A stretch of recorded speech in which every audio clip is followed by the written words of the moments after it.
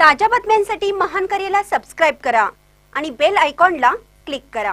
मुदाळ तिट्टा येथे अतिक्रमण हटवण्याची मोठी कारवाई, वाहतूक सुरळीत, विनयभंग करणाऱ्यांवर कडक कारवाईचा इशारा।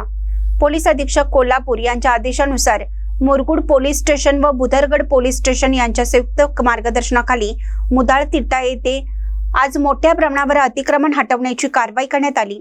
मुदाळ तिट्टा परिसरात झालेल्या प्रचंड अतिक्रमणामुळे वाहतुकीस गंभीर अडथळे निर्माण होत होते।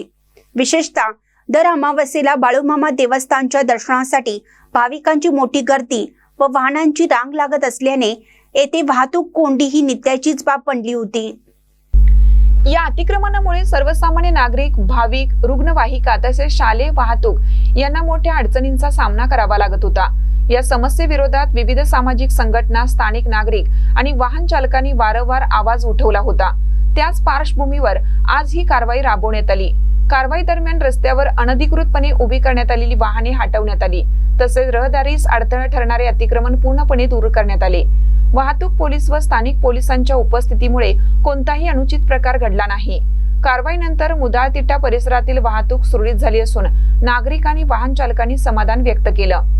दरम्यान पोलीस प्रशासनाने स्पष्ट इशारा दिला आहे की यापुढे अमावस्या यात्रा तसेच प्रत्येक रविवारी जर बेशिस्त व नियमबाह्य पार्किंग करण्यात आले तर अशा वाहनांवर सातत्याने कारवाई केली जाईल। नियमभंग करणाऱ्या वाहनांवर दंडात्मक कारवाई करण्यात येईल आणि कोणतीही सवलत दिली जाणार नाही। भविष्यात वाहतूक नियमांचे उल्लंघन किंवा अतिक्रमण आढळल्यास तात्काळ कारवाई केली जाईल, असंही यावेळी सांगण्यात आलं। सार्वजनिक रस्त्यांवर अतिक्रमण न करता नियोजित पार्किंग मध्येच वाहने लावावीत व पोलीस प्रशासनास सहकार्य करावे असे आवाहन नागरिकांना करण्यात आलं आहे।